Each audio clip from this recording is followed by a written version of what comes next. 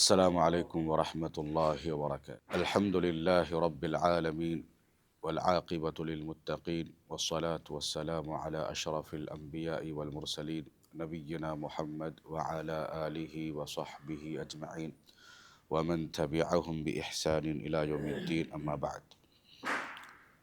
عن أبي هريرة رضي الله عنه أن رسول الله صلى الله عليه وسلم قال: لولا أن أشق على أمتي لأمرتهم بالسواك مع كل صلاة، متفق علیہ۔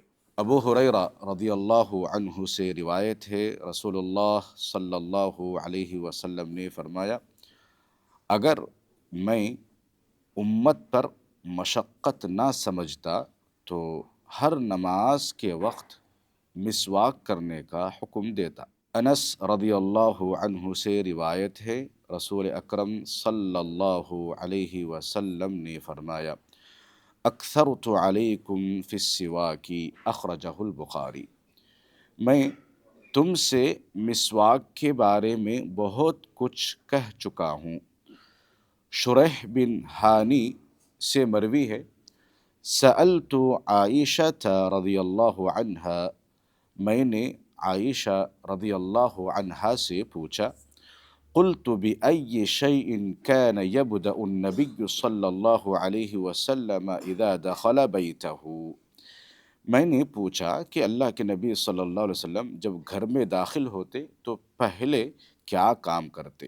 قالت بالسواک، عائشہ رضی اللہ عنہ نے کہا سب سے پہلا کام مسواک کرتے۔ حذیفہ رضی اللہ عنہ سے روایت ہے، کان رسول اللہ صلی اللہ علیہ وسلم اذا قام من اللیل یشوس فاہ بالسواک، متفق علیہ۔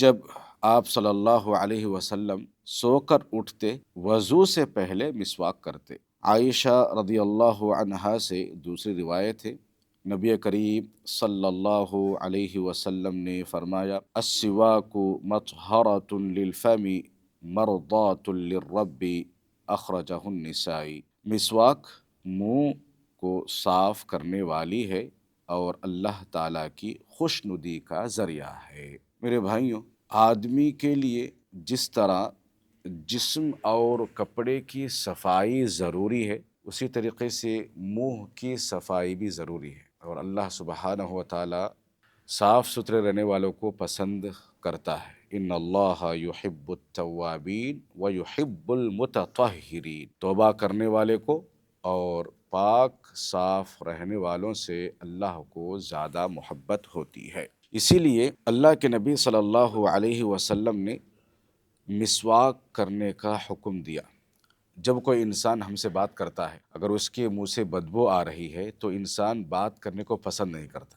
آپ ہو، ہم ہوں، جب نماز میں ہم کھڑے ہوتے ہیں تو بازو والے سے اگر منہ سے بدبو آتی ہے تو ہمیں کچھ گلٹی محسوس ہوتی ہے۔ ایسا محسوس ہوتا ہے کہ انسان جو اخلاص کے ساتھ، جو للہیت کے ساتھ، جو خوشنودی کے ساتھ اللہ کی عبادت کرتا رہتا ہے، اس کی عبادت میں خلل پیدا ہو جاتا ہے، بار بار خلل پیدا ہوتا رہتا ہے۔ تو اسی لیے اللہ کے نبی صلی اللہ علیہ وسلم نے جہاں انسانی جسم کو پاک رکھنا ہے، کپڑے کو پاک رکھنا ہے، تو منہ کی صفائی کے لیے مسواک کا بہت زیادہ حکم دیا۔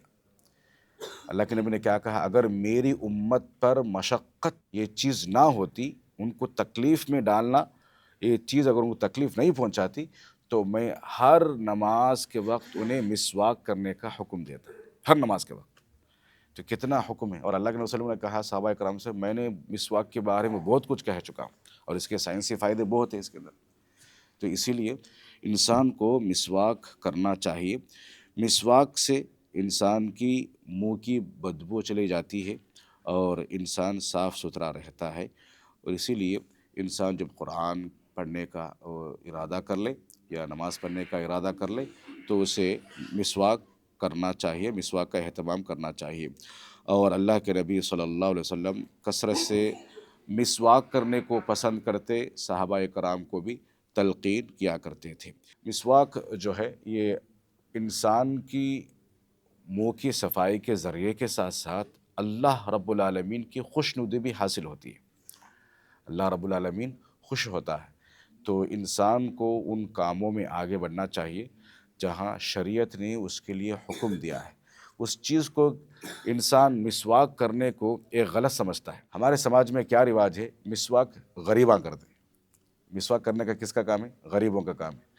قیمتی قیمتی پیسٹاں خرید کے دانت لگانا امیروں کا کام ہے۔ بالکل غلط نظریہ ہے، غلط نظریہ ہے۔ تو آپ جو پیسٹ لگا کے جو کیمیکل کے ساتھ اپنے دانت کو خراب کرتے ہیں، اس سے بہتر ہے اللہ کے نبی صلی اللہ علیہ وسلم کے فرمان کے مطابق جو مسواک کا حکم ہے مسواک کیجیے۔ ایک تو سنت آپ کی ادا ہو جائے گی، اللہ تعالیٰ خوش ہوگا۔ اس کا مطلب یہ نہیں ہے کہ آپ برش مت کیجیے، پیسٹ مت کیجیے، نہیں ہے، لیکن نماز کے وقت ہے، وضو کے وقت ہے، قرآن کی تلاوت کرنے کے وقت ہے، جو مسواک کرنے کا حکم ہے مسواک کو اپنائیے۔ یہ سنت زندہ کرنے والے ہوتے ہیں، تو انسان کو چاہیے مسواک کرنے میں اپنے آپ کو کمتر نہ سمجھے، مسواک کی استعمال کرنے میں اپنے آپ کو حقیر مت سمجھے، بلکہ اللہ کے نبی صلی اللہ علیہ وسلم کی ایک سنت ہے، اسے زندہ رکھنا چاہیے۔ اللہ رب العالمین سے دعا ہے کہ رب العالمین مجھے اور آپ کو اللہ کے نبی صلی اللہ علیہ وسلم کی سنتوں کو زندہ کرتے ہوئے زندگی گزارنے کی توفیق عطا فرمائے۔ مسواک کو اپنی زندگی میں اہتمام کے ساتھ مجھے اور آپ کو کرنے کی توفیق عطا فرمائے۔ آمین۔ السلام علیکم ورحمۃ اللہ وبرکاتہ۔